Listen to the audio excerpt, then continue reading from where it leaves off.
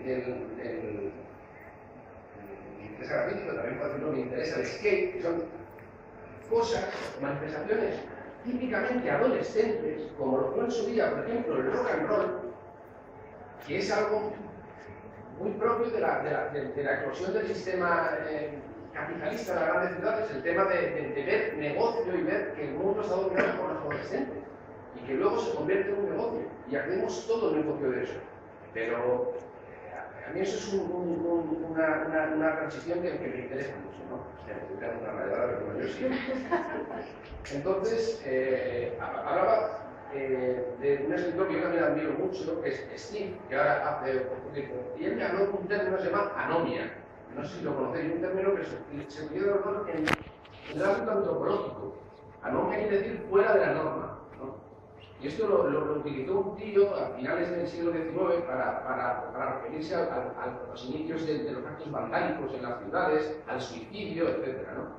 Y la anomia lo definió como el desnivel que hay entre las necesidades que nosotros como individuos tenemos y la incapacidad de la sociedad, del sistema social, para satisfacer esas necesidades. No ya satisfacerlas, sino incluso conocerlas. O sea, las ciudades han crecido a un ritmo y se han extendido tanto a las periferias que es imposible, o sea, conocer los anhelos de este tipo. Y para mí el graffiti, el skate y otro tipo de manifestaciones son manifestaciones anómicas, fuera de la norma. Y por eso me encanta, porque desde el gueto, han hecho arte. O sea, un chaval puertorriqueño de 13 años en el Bronx estaba haciendo arte y no tenía ni puta idea de lo que estaba haciendo. No le interesa teorizar sobre el arte. A mí no me interesan los procesos de teoría sobre el arte. A mí me interesa la acción. ¿De acuerdo? Está claro que luego me interesa mucho que la gente, y soy el primero que lee libros sobre teoría y tal, pero no siento una especial simpatía sobre los artistas que teorizan sobre su propio arte, o sobre los cineastas que hablan de su propia obra. No me mola. A mí me gusta la acción, ¿no? Y a esta gente me gusta mucho porque cambiaron el mundo sin ser conscientes de ello. Sin ser conscientes de ello, cambiaron el mundo, ¿no? Coño, haciendo de las yardas y de las vías su hogar y su espacio de comunicación.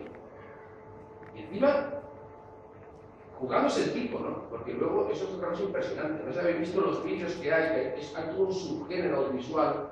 Ahora, gracias a estos que se dicen los avances tecnológicos, ¿no? Como antes eran las fotos, ¿no? Ahora hay una cantidad de vídeos impresionantes que se dedican a documentar las misiones de lo que pintan los trenes.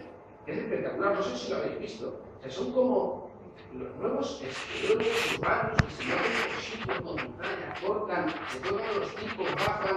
Bueno, es espectacular, ¿vale? Hay un vídeo que tiene mucha, que lo ha hecho un buen amigo, se llama Tsunami Royal, que se ve un poquito ese tipo de acciones, ¿no? Muy bien, sobre la Crew Royal, son esta gente, ¿no? Bueno, muy bien, este tipo de imágenes son, ¿no? Esta gente, para pintar los metros, hacen eso que ellos los llaman misiones, se van de misión, porque, vamos, hay que tener un mapa, ¿no? y hay que saber utilizar la cabeza para hacerlo bien, porque pues, está muy penado, es muy peligroso, en fin.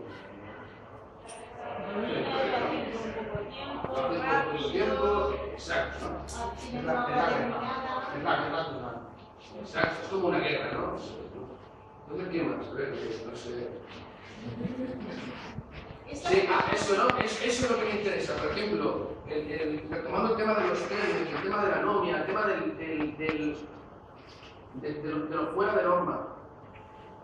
También me gusta porque ese tipo de manifestaciones se basan en un tipo de inteligencia que se aleja precisamente del intelectualismo, que lo odia. No me gusta, ¿vale? A mí me gusta la inteligencia que tiene que ver con el instinto. Me gusta la inteligencia que tiene que ver con la intuición. ¿De acuerdo? Exacto. Esa es la que más me interesa porque es la fuente del arte, creo yo, al final, ¿no? La fuente del arte, del arte que a mí me interesa, ¿no? Entonces, bueno, por ejemplo, en el tema del skate, a mí me gusta mucho también cuando nace el skate. ¿Vosotros sabéis cómo nació? Hay un documental que lo narra esto. El skate es el monopatín, el skateboard. ¿Sabéis cómo nace el tema de la vertical? Porque el skate nació como un deporte muy digamos, a lo largo de la historia ha evolucionado mucho, pero nació como, no era horizontal, era un deporte vertical, muy basado en los trucos más que tenían que ver con el ballet. Era una cosa que no tiene nada que ver con hasta que llegaron unos tíos que eran los Z-Boys, creo que se llamaban, eran de un gueto de Los Ángeles, ¿vale? Y empezaron se dieron cuenta que vaciando las piscinas de los ricos, hubo una temporada de sequía en Los Ángeles y la gente no podía llenar las piscinas. Entonces ellos llegaban con unas bombas de sacar el agua, sacaban la poca agua que había y empezaron a patinar dentro de las piscinas de esta gente. Y ahí nació el skate vertical, que al final es el que se ha impuesto hoy en día, el de la rampa, ¿no? Vamos, esa redefinición del espacio público. Coño, eso es maravilloso. A mí eso me acojona, porque un arquitecto es que se asombraría de los usos que están dando esta gente a lo que él proyecta para un fin que es totalmente diferente. Un skater no un banco y lo último que piensan es sentarse en él. Piensan hacer un kickflip, cómo la va a dar. Esto a mí esto me maravilla, ¿no? Y lo que me maravilla también es este componente, ¿no? El componente, además, subversivo, ilegal. Vale, hoy en día el graffiti mueve millones, hay marcas, hoy en día lo urbano es algo, vamos, está de moda más que nunca, ¿no? A mí me encanta y participo de ello, me gusta, ¿vale? Pero también hay algo que hace que el graffiti no se pueda prostituir nunca, y es su ilegalidad. Eso es lo que lo mantiene, digamos, encapsulado e intocable, porque es desde el inicio ilegal. ¿De acuerdo? Entonces, por mucho que se haga negocio, negocio alrededor, pero el graffiti subversivo de por sí siempre se va a mantener así, ¿no? Y a mí, no sé, pues igual soy un involucrista, pero me gusta ese componente ilegal, porque creo que además revaloriza el arte, ¿no? Para mí, en mi opinión, revaloriza. Luego, no sé qué queréis ya para ir terminando, hice el documental este de graffiti, es un documental que narra la historia de graffiti en esta ciudad, en Valencia, porque yo simplemente ya terminaré un poquito contándoos cómo nace el proyecto ese, ¿vale? Yo, cuando empecé a pintar en el Valencia, yo tendría 8 o 9 años, sería el año 91, 92 o por ahí, y yo lo veía, a esta gente la veía con superhéroes urbanos, ¿no? ¿Cómo me pasa? Cuando veis, no sé si vosotros, claro, hay que ser escritor de graffiti o haber sido para ver la ciudad con los ojos con lo que se ve, pero realmente, con un poquito, seguro que vosotros, aunque no tengáis relación con el graffiti, os vienen 4 nombres a la cabeza de gente de la que habéis visto sus obras, ¿no? Si no es el centro ese de Duque, será el chico ese que pone luces con letras, o sea, ¿no? Hay ¿no? Tenemos esa parte, sí. ¿Cómo empezaste? Sí, muy bien. Sí, exacto. ¿No? Entonces yo me fijaba en esos superhéroes urbanos, ¿no? Que al venir de un pueblo que es Guardiolet, yo no tenía acceso en aquella edad con 11 años, yo no conocía a nadie, porque mi pueblo no se pintaba graffiti, aún no había llegado, ¿vale? Entonces, me interesaba, pero me resultaba imposible conocer a esta gente. Entonces yo empecé a pintar pues, a un ritmo, digamos, muy diferente a cómo se iba desarrollando.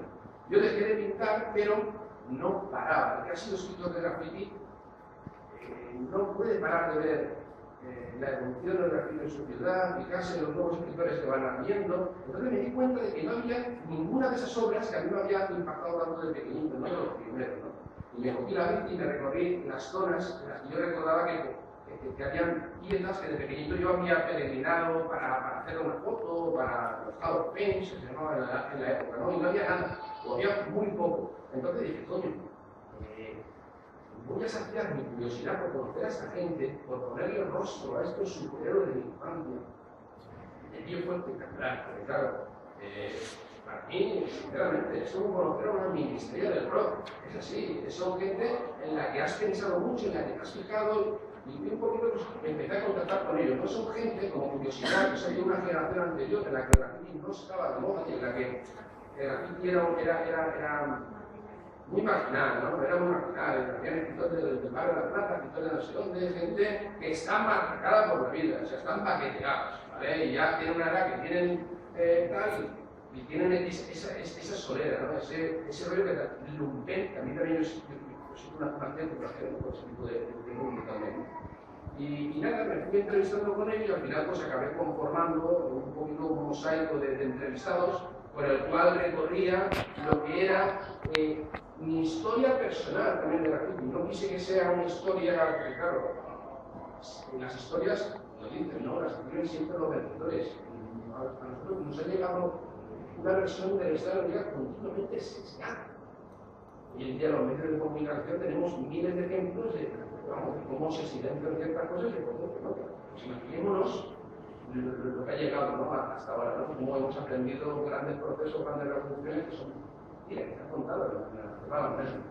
Entonces, hice hincapié en el tema de mi historia personal, ¿no? Era mi homenaje personal a esa gente que había llenado mi infancia, mis pupilas de letras y de muñecos que aún los tengo grabados a fuego, ¿no? Esa pieza.